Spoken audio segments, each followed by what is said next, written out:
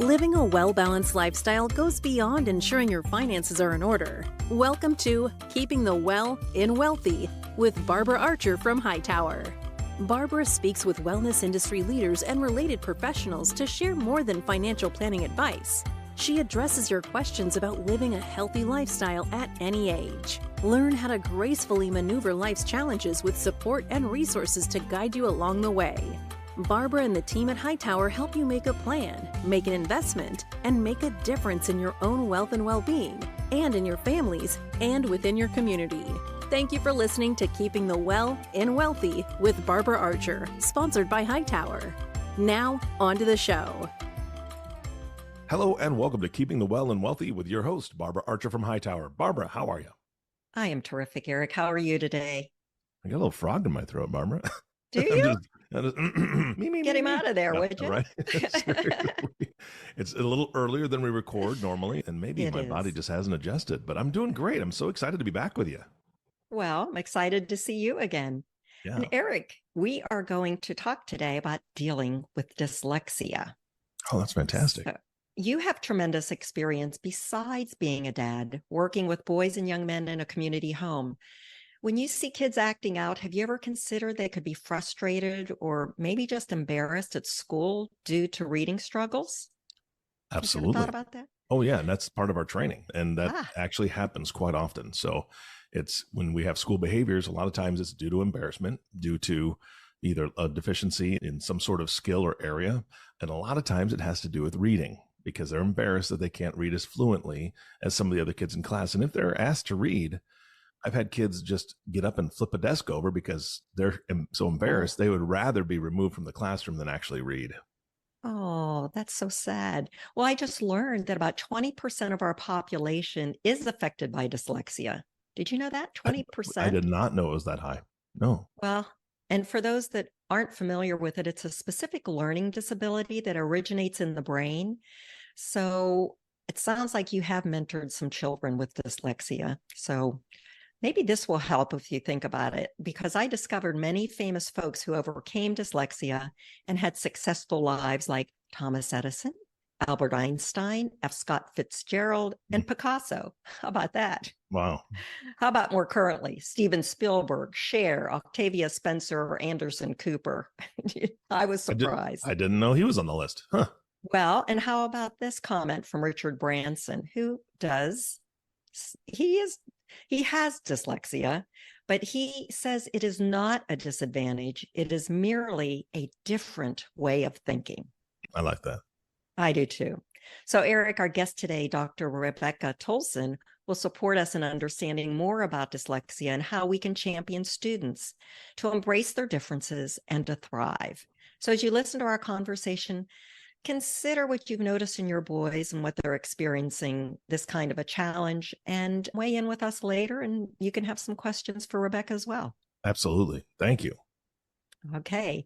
Well, let me introduce you to Rebecca Tolson.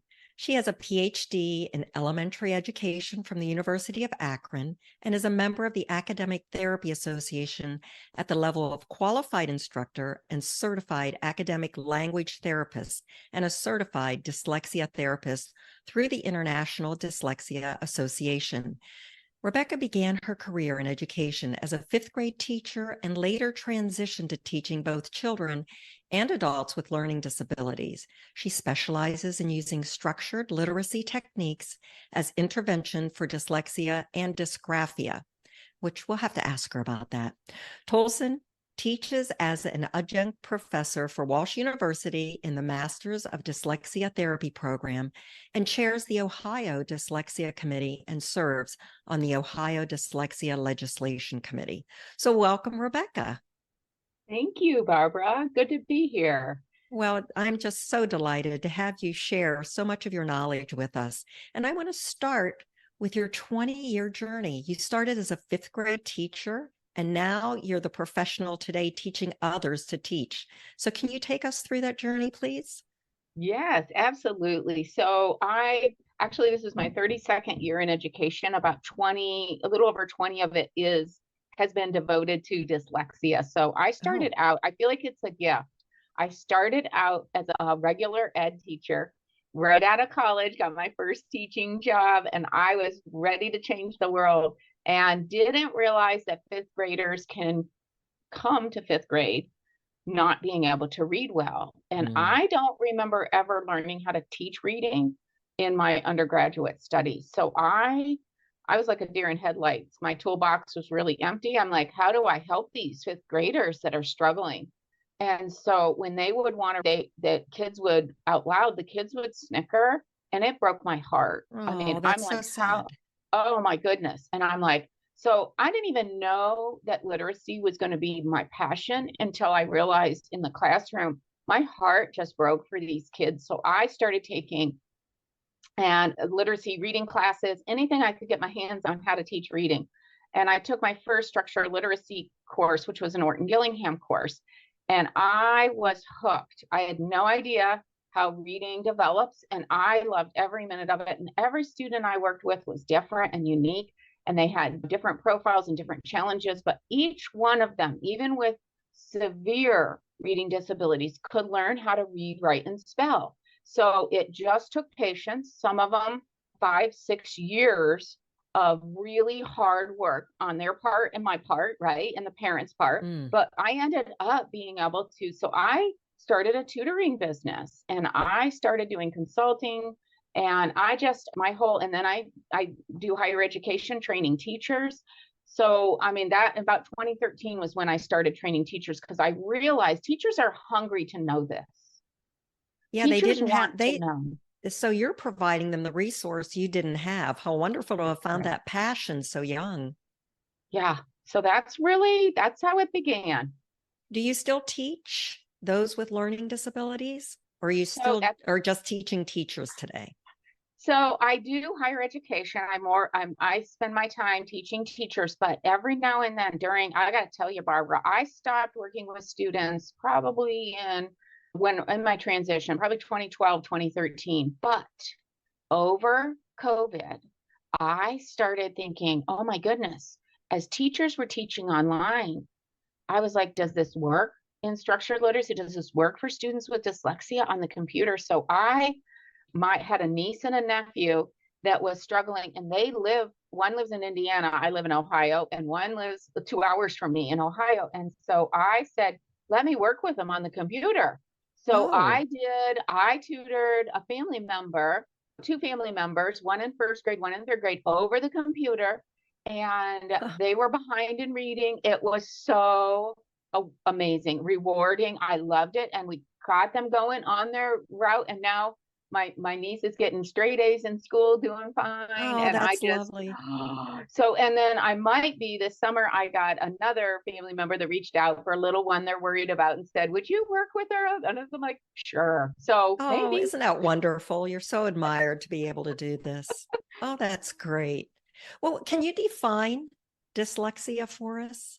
Absolutely. So dyslexia is a specific learning disability. So it is under the category of what they would call SLD in basic reading skills. And what were those initials? SLD, specific learning disability. Okay, SLD. It's a category under IDEA, which is our big umbrella of where kiddos can qualify for special services. So it's a specific learning disability that is neurobiological. So that means that it's in the brain. Okay. So how the brain processes language, it's neurobiological. It's not about lack of motivation. It's not about lack of instruction. It's how that child processes language, written language. It is a core deficit in the phonological components of language. So it's about the sounds and processing the sound layer. And so it's a myth to say that kiddos reverse letters, because that's not what dyslexia is. Actually, Samuel Orton, back in the day, he is the founding member of Orton Gillingham methodology. And he hypothesized that this is what kids were doing that came with this profile of reading issues. And he published it in a journal. And then he quickly said, nope, it's not about reversing letters. It's about the sound processing system, phonological system. And so, but that myth carried on, his hypothesis carried on even today. Well, it's a myth. That's what I thought it was. So it's a myth. You're right. It's a myth. So it's the sounds and not the letters. It's a deficit in the phonological, the sound processing. So when a kiddo, so we'll talk about that on some early signs, but kids that have dyslexia, so it's also, in part of the definition of dyslexia is they have inaccurate, non-fluent word recognition. So in other words, when they're inaccurate, they make errors. They sometimes have insertions, omissions, transpositions. Occasionally they'll have a reversal, but when they're reading and processing, they're going to make errors, and it's going to affect their fluency. So they're going to be slow and choppy when they're reading. They're not going to read at a rate that supports their comprehension. So a secondary consequence of dyslexia, not a primary, I always like to really emphasize that. Primary is they're weak decoders. Okay. They can't read the words accurately and fluently on grade level. But secondary consequence, it will impede their vocabulary and their comprehension because they're not reading and they're not growing at a rate of their peers, because that's how you build your vocabulary. And at a certain point, it's through reading, and they read less. So their comprehension will be impeded as a secondary. So that's interesting. If a kiddo, oh, go ahead, Barbara. No, I want you to add, in your introduction, I mentioned dysgraphia. So I'd like you to insert a little bit about that as well. Oh, that's it's my specialty. I love working with kiddos that are dysgraphic. They're harder. I love a challenge, Barbara. They're harder to remediate when they have the dysgraphia and the dyslexia together. You can have I took you off path there. I'm sorry. I was just so curious about it. No, you can have them together or separate. So a kiddo can be dysgraphic without dyslexia, but they also can have them, they run together as a comorbid. In other words, they run together often. So dysgraphia affects the graphomotor, the actual writing, the physical act of handwriting. So dysgraphia is about writing it down, getting it down on paper. And so it can have to do with those graphomotor. And a lot of kids just with dysgraphia have a hard time putting it down on paper, from the brain down through the hand onto the paper. Dyslexia is about lifting it from the paper and getting it out and reading it and speaking it. Wow. So they can have one or the other. You could be suffering from dyslexia or dysgraphia or both. That's right. Okay. All right. Thank you for clarifying that. Yeah, and I'm still absolutely. surprised that it's about the sounds as opposed to inverted letters. So that myth, you're right, it still is rampant today. That's right. Thank you. That's right. You're welcome. So I need to understand how early it can be diagnosed and who can help do so. Some of the early signs, anything you can help us, because it sounds like when you mentioned 5th grade and kids couldn't read, if we could get to them sooner, they might make it a little easier for them. That's right. Well, and I'm a believer in a preventative model, which means if we can identify kids early, anywhere usually between ages 4 to 7, somewhere in that range, we have some early screeners that show us that there are flags or signs of dyslexia early. So I want to differentiate between identifying dyslexia and diagnosing dyslexia. So you can identify through a screener that there's a potential issue or problem. And if we identify and we intervene early, we can teach them, and we actually can keep them on track because we know what to address early. So some of the early signs to look for, we have some early screeners that will do that for us. These kiddos will be late talkers. They will struggle learning their letters and sounds. They will struggle rhyming. They will struggle manipulating sounds and all of those. So kiddos that can manipulate, like let me say, if I say the word cat to you And I work with even a kindergarten. I say the word cat without the k. They can say at. They can manipulate the sounds without seeing any letters. They can manipulate the sounds and take a sound off, put a sound in. They can move sounds around, all sound play. And kids, typical learners, kiddos can do that. They can rhyme, they can segment, they can blend sounds. Well, those are really strong indicators of reading. So once you add the symbols and the letters to those sounds, kiddos take off. They realize this is how symbols work in English. So they do need to know letter names. So anytime a kiddo or a early learner, a child in maybe pre-K or K, struggles learning the letter names, I'm going to do something different. I'm going to intensify my instruction. I'm going to practice more. I'm going to teach them directly. Some kiddos, you give them all 26 letters and they're like they're natural readers. Not many kids can do it without direct instruction, believe it or not. Most kids need to be taught all kids need to be taught how to read. Very few can learn intuitively. So we need to be teaching that directly to all kiddos early on. So those are some of the another early sign is writing their name. So if kids need to be able to write their name. And if they're struggling using those letters and getting them down in their name, they're going to struggle with other words and letters. So that's another. How early should we be working with children to write their name or to go over their letters? Yes, I would start somewhere. I mean, you've got your preschool. I'm an advocate of preschool. So 3 and 4, you should be working on that, because reading readiness is being ready to read are those precursor skills: oral language, letter recognition, and phonological awareness, sound play, that rhyming sound work. All 3 of those are readiness skills. You can start working on that at 3 years old, 3 and 4, pre-K. K, and then also in kindergarten. So I'll give you my benchmark. By 2nd semester kindergarten, that's January kindergarten, kiddos need to know all their letter names and all the sounds that match those letter names. And they should be able to put together just basic 3-letter words, CBC words. That happens in typical's majority of kids. So if they're not doing that by January of kindergarten, we need to screen, intervene, and that's where we want to start. Okay, most kids are ready to read. So now we might want to do some more structured, instead of screeners, we might want to go into some assessments, some diagnostic assessments to say, is there something going on?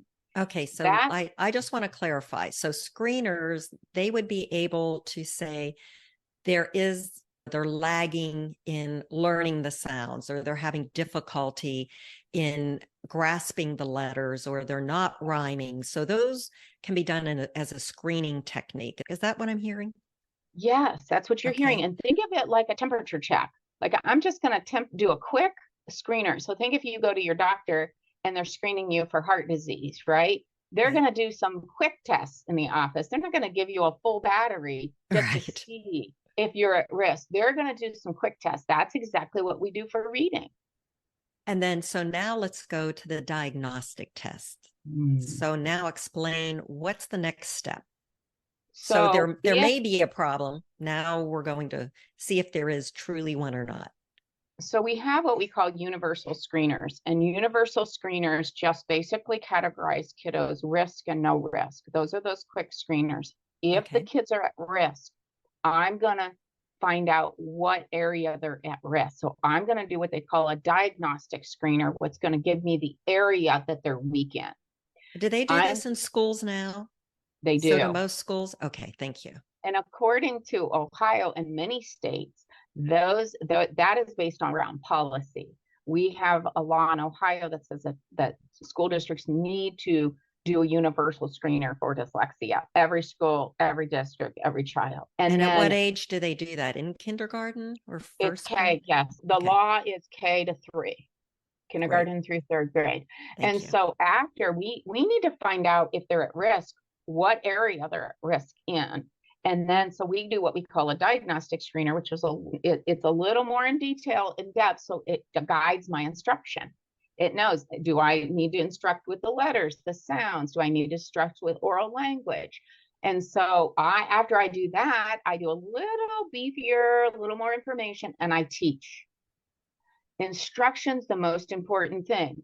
You won't know unless you give them really explicit, systematic instructions. So then if I progress monitor my teaching, and we say every about 2 weeks, I give them another quick assessment. Are they learning what I'm teaching them? At that point, if I'm still, after they've had good instruction, good progress monitoring, if they're still showing lack of progress and mastery, then I go and I can refer them to a full battery assessment, which would be very diagnostic. And that you can do in the schools as well. Oh, so that's done right within the schools, not outside somewhere else. So do we ask our teachers if a parent recognizes some of the things you're saying, do they bring that up to the teacher early on and ask the teacher to be aware and express their concern? That's exactly right. The parent should absolutely. And I always say a parent has that gut. I always say, when I met with the parents are almost, they're always right. They have a gut feeling. They're like, yeah, something's not right. They might not know what it is, but they know something's off. And so it's like the parents know and the parents sense it. So the parents should share that. This is a team effort between the parents, the school, and the child. And the whole community comes around. This is the whole child. And so we have to look at every angle, and the parent is a very important piece of that. So share with the teacher, and the teacher should be trained to recognize those characteristics, those early signs. They don't necessarily need to be the expert specialist in it, but they need to know the signs to get them in the right direction. So since we're talking about parents, I have to ask, is it hereditary? If a parent has struggled in learning, does it come down to the children, or is it something that's just one and done? It is heritable. Yes. Okay. It runs in families. It does run in families. And I know that it says, I have a statistic that says 40% of siblings of kids with dyslexia have reading difficulties. 40%. Of siblings? Of siblings of kids. So if you think about that, and I've taught entire families, like 3-4 of one family. And that's just because it's like, oh, the next one's coming up struggling, get them in with Dr. Tolson. Oh, the next one's showing signs. And some don't, some do, but 40% is the statistic. So if a parent has struggled with reading in the past, they really have to be aware, and they can be earlier perhaps. That's right. Excuse the interruption. I know you're listening to Hightower's Keeping the Well and Wealthy podcast, but if you have questions related to these or other wellness and financial issues, please reach out to your advisor or go to hightoweradvisors.com to find a financial advisor near you. Now, back to Barbara. And so you mentioned structural learning. Can you tell us how dyslexia is treated or managed? So what are the actual ways of doing this? So structured literacy is the method, and it's how we teach children with dyslexia, but all kids benefit from structured literacy. All kids, a structured, systematic. So there's a scope and sequence that it's how it's taught, a scope and sequence of the language, all letter sounds, correspondences, and reading concepts and syllable types, and all the parts of words that you would teach. Intro to advanced are taught in a systematic way. That is teaching the language through a scope and sequence. So it's very different than your basal reading programs that have stories for kids to read and comprehension questions. This is teaching how to decode and understand the language in a systematic way. Okay, so we want that instruction, how the instruction taught to be systematic, cumulative, explicit, and direct, so that there isn't holes and gaps in the children's understanding. It's driven by data. and mastery. So let's say I teach 25 concepts of how the language works. I teach them those reading concepts, and then I do a quick assessment to say it's mastery. And then that tells me what to do. Do I keep going when my teaching, or do I review, reteach because my kids haven't mastered? And that's how structured literacy works. It's about the students' mastery so they can build their level of concepts with reading and writing and spelling the language. Also, it's what we teach. Structured literacy is about teaching the ingredients of language. So in other words, the ingredients of language we teach in a structured literacy program: phonology, the sound layer. Orthography is the written language. It's our spelling system. We have semantics, which is our vocabulary, word meanings. We have pragmatics, our social use of language. So kiddos can understand language in a figurative way, like idioms and metaphors and similes. So if we have all of those components of language, ingredients, that's what we teach in a structured literacy program. So we're empowering them to use oral and written language as a communication tool. So, and the vocabulary, that's interesting. And so if someone has dyslexia, do they have more difficulty even hearing conversations, or is it only the written word? Well, that's a good question. So the phonological part isn't hearing, it's processing sounds. So they hear like we hear. However, you bring up a really good point. Kids with dyslexia often qualify for speech language services because the language that they're learning is blocked, or they've got issues with processing language. So a lot of times I would work very closely with the speech language pathologist they were working on the language piece from from speech and understanding, and I was working on the reading literacy piece of it. So there's a lot of connection between that. It's not about hearing, it's about processing the sound layers to be a reader or a writer. So, it's interesting you're talking about the letters, and I think about when my children were younger, they went to Montessori school, and there were sandpaper letters, or there were different feels of the letters, and they would actually touch the letters, when they were very young.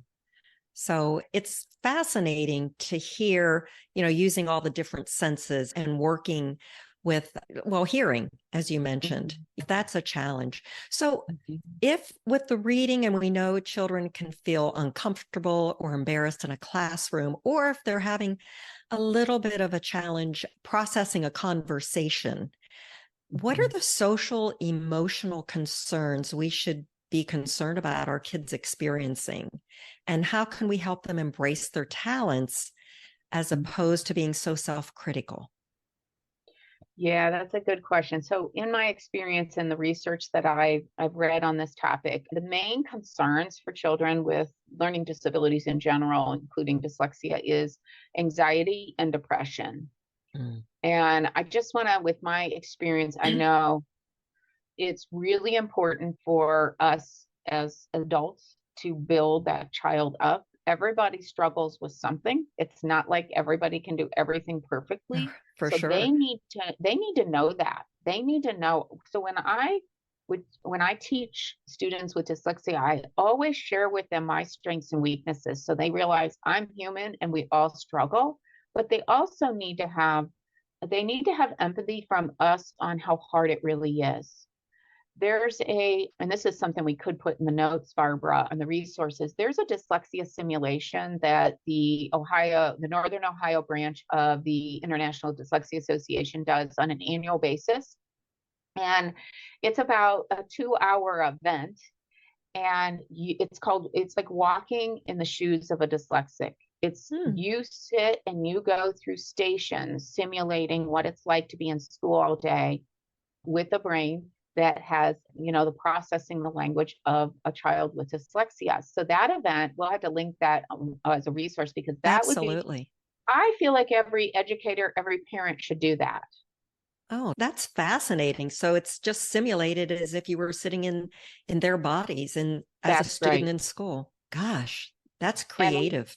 we barely have a dry eye leaving that event because they realize that the children are trying really, really hard and they're tired and it takes a lot more energy to do what they're doing. And so when I work with students, it was like the student would come into my office and I represented everything, seeing my face represented everything hard for them.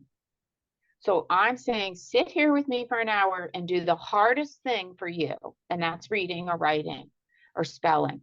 Sit here for an hour with me. But what I had to do was build trust that we're going to do this together. And I'm going to break this into parts that are manageable. And I'll never forget, Barbara, I have to tell a story. I had a little second grader one time, and the mom called me on her way home after picking him up from school in tears. And she said, got into the car and it was a Catholic school. And he said, Mommy, when am I going to be able to read prayers like my friends? Oh my golly. Oh, and that's she's so like, touching. She's like, Rebecca, he can't read. I mean, and he's in second grade. I don't know what to do. So I said, let me do an assessment or whatever. So I did my pre-assessment and I looked at him and said, so I go in there and I decide, oh, he's going to be just fine. I'm going to teach him to read. Well, first session with this little guy, and he said, you're not going to teach me how to read. You're my third tutor. This isn't going to work. Oh no, poor little guy. And that's where Rebecca. That's that social emotional. So think about, it took me just months of trust to say what I'm doing is going to work. This effort you're putting in every time I come here, it's worth it because you're going to be a reader. So there's a lot that teachers have to do when kids feel anxiety and depression and low self-esteem because majority of them have failed. Well, thanks for reminding me of the documentary. I think I sent you a link with this. Yeah. It's called Angst by Cilla Aberdeen. And Sheila, I guess she pronounces it Aberdeen, but Angst, A-N-G-S-T. And it's where teenagers or children express their anxiety and their worries, and they're on camera. So I think every parent should watch that. Well, even if you're not a parent, I think it makes us more empathetic to the challenges all of us are going through. That's so right. Yeah, all these kids. But you've told me also not to use the word dyslexic when we had our short conversation, but a student with dyslexia. And I just thought that is just such a supportive and intelligent way to deal with this, right? So we need to see the child as a whole and not separate parts. So that I'm amazed that you can build that trust with a child that's gone through 3 tutors, who's tried, but you have the skill set and the tools, the toolkit you didn't have when you were a 5th grade teacher. That's right.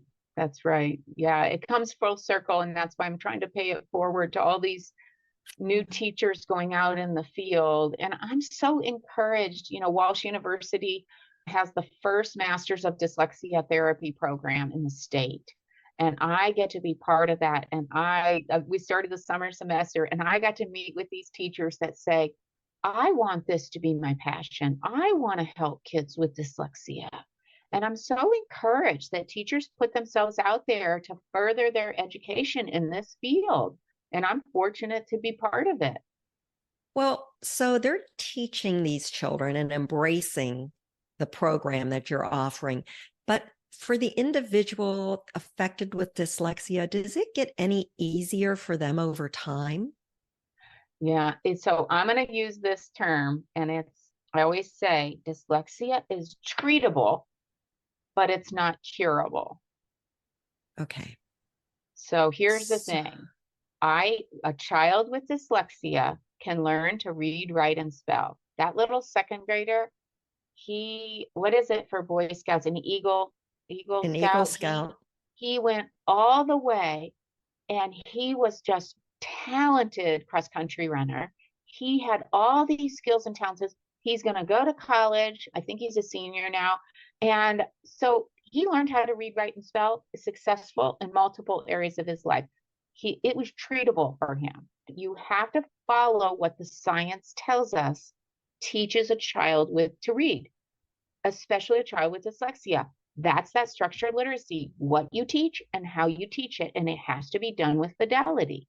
I didn't do anything, but I followed what my professors taught me how to teach a child with this learning profile. And I did it with fidelity, and it works.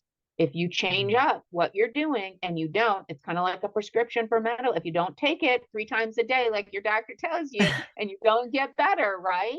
So they have to stick with these techniques that you've taught them throughout their life. Exactly.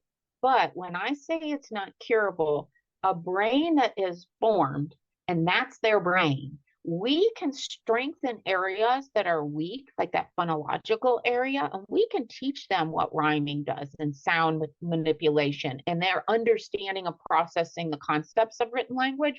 That's teachable. But their brain is made the way it's made. So it's always going to process that way. So think about it, Barbara.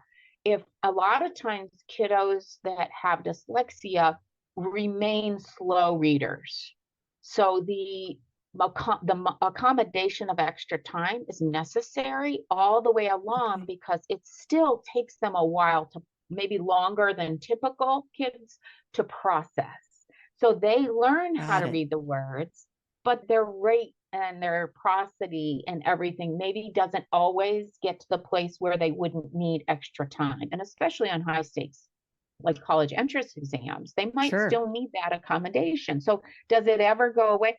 Even when I've had the pleasure of teaching adults with dyslexia, and they'll even say sometimes they'll misread a menu, or they'll go up to order something and like, wait a minute, because it's just they process that still can come back around sometimes of how they process language. So it just never goes away. So Rebecca, what is the best team to assemble to help, as you said, a child or adult make good progress? So who are those people? So we have a system in schools today that is, I can't even tell you how amazing. We have come long ways in the field of education and supporting Thank goodness. Kids. I love hearing that. Oh my goodness. And it's called a multidisciplinary, it's MTSS, multi-team disciplinary team. And so what we do is we put this tiered support together. And the tiered support, so this multidisciplinary team is made up of people like who I want at the table. Let's say I was a parent of a child with dyslexia. I want to be on the team. I am my child's advocate. I want to be on the team. I want to have a say of what is going to happen in the treatment of my child. So the parent, the teacher, the general education teacher. Dyslexia is a continuum. So it's got a spectrum: mild, moderate, severe, and profound. So I may not be a special education student and have dyslexia. I may have dyslexia and not qualify for special ed because it's mild or moderate. So I need my general education teacher. If it's severe enough to qualify for special education services, then I need my special education teacher in there as well. So the gradient of this is also something to be sensitive to. Wow. That is exactly right. So it's not black or white here. No, and general education teachers need to know about it, because they will have kids. They do have kids with mild or moderate dyslexia in their class that they can small group and teach in a structured way. Even though it's mild or moderate, we still need to teach them how to read to their needs. But also on that team, Barbara, I would want a speech language pathologist, a psychologist for the assessment and progress monitoring piece of it. So, and sometimes if it's dysgraphia, or I would want my occupational therapist on that team, because they work with the handwriting, pencil grip, and body position, and all of that might have OT components or interventions that needed. So those are the ones that I can think of. Oh, and also I like the principal involved in the team, a multidisciplinary team, because the principal is the leader that can kind of, I would say, drive the bus. You can guide this process. I need a leader to say, this is the direction for this kid, and be an advocate along with the parent. Very good. Wow. So you can really assemble a strong team. And Rebecca, whenever I had children, and I think many people do this today, we read aloud to our kids. Is that helpful early on, or are we, supporting them too soon? What's the best way to go about this? I mean, yeah, I don't reading know. aloud. Yes, reading aloud is the best, the best, the best. Even I'm telling you, read. Oral language, because here's why. Oral language is it's the foundation of comprehension. When a word or a concept or an understanding, when a kid hears a word on the oral level and they go to the reading and they've heard it before in context, they're going to pick it up faster because it's familiar.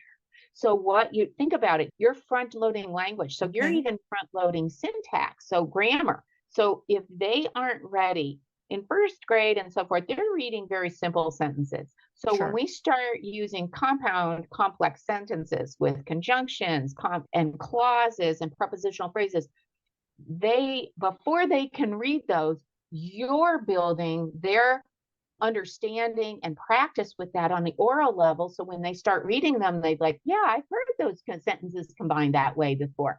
So it's so helpful. Reading to your kids, I always like to read one or more grade level above their reading level. Stretch them. Yep. Yes. I push always them a little bit. Yeah, I always look for books that were a little talk to your children. Talk. When you're going through the grocery store, don't just push them in the cart. Don't just walk with them like this and just look around. Tell them what you're seeing. Talk to them. Elaborate on language with your children. You're building the oral language foundational base. Now, you mean show them the ketchup that you're putting into the cart? Yeah. Ketchup. Yeah. Ketchup. That's exactly right. And describe it and talk about the attributes, the color, the size, what we put it on, how we like it, what it tastes like. Just talk to your kids endlessly. That makes for a much richer grocery trip. Wish I would have known that when my kids were younger. Could have been more fun. I know. And then my other thing for parents, encourage and support them. And a lot of times what I would suggest is, parents would say, but they don't love to read and they don't love to read. And I say, when they can independently read and they feel empowered with their skills, they may learn to love it. But if they don't, you need to listen for why it's so hard. Be a listener to your kids. They're not going to the library corner because it's hard. Well, it sounds like we can be the first diagnosticians for our children to be able to identify this.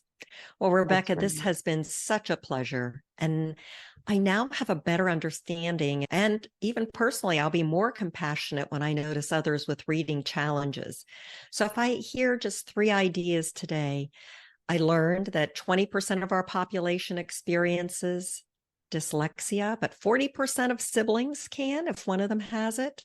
Our schools can help identify it. And a structured literacy approach is essential to enhancing students with dyslexia to achieve success. And as parents, we just need to be supportive. And as adults, we need to understand if we see someone struggling. I'm just so appreciative that you were able to share some of these things. So before we invite Eric back to join us, my last question for you is, how do you keep your well in wealthy? So here's my philosophy, and I have adult children, and I always tell them this: balance is my word. I work at keeping balance between mind, body, and soul. And if I'm a little heavier in one than the other, I can feel out of balance. And so with my mind, I always am learning. I'm learning and growing always. I've never stopped learning. I always joke that my husband said, when are we going to stop paying tuition? Because I was in college for 20 years, because I love to learn and I love being a student. And for my body, eating right and exercise is very important to me. I try really hard to keep a healthy body. And then my faith. And that is a way that I can keep balance in my life. So I would say that's my answer. Oh, well, thank you for sharing that with us. And Eric, You're welcome. Yes, this has would been you like amazing. After hearing Rebecca discuss dyslexia, what do you have any questions for her, or what did you learn? I learned a lot of new things. The tactile piece of it, the sound, hearing the sounds making a difference. I always thought it was a reading issue, right? And so hearing that was pretty eye opening to me. But the comment that I have is that, Rebecca, I've worked closely with a lot of teachers. Teachers have to have patience, but people that work with young folks that struggle with dyslexia and other learning disabilities, they're a special breed. So thank you so much for what you do, because to have the patience to understand that this child's not just stubborn, that this child's not just lazy, which are a lot of labels that are put on kids when they struggle and when people don't understand. It's amazing. You just to see the patience and the empathy and the love come through a teacher that is sitting side by side with a child who's not happy, doesn't want to be there, and to push them to be better than they are, to understand that they're nothing less than anyone else. It's just different. It's just different. Love it. Yeah. That's a good point, Eric. Thank you. And for our audience, I want them to know they can reach out to Rebecca Tolson at her Gmail, which is rtolson, Tolson, 7783 at gmail.com. So again, that's rtolson, 7783 at gmail.com. And she also gave us 2 websites that are very helpful, and I was lucky to review some of that prior to our discussion. Dyslexia, it's dyslexiada.org. So dyslexiaida.org, and then an easier one, which is understood.org. So please look at our podcast notes, and thank you, Rebecca, for joining us today. Thank you for having me. Rebecca and Barbara, thank you so much. This has been fantastic. So I appreciate all the information today.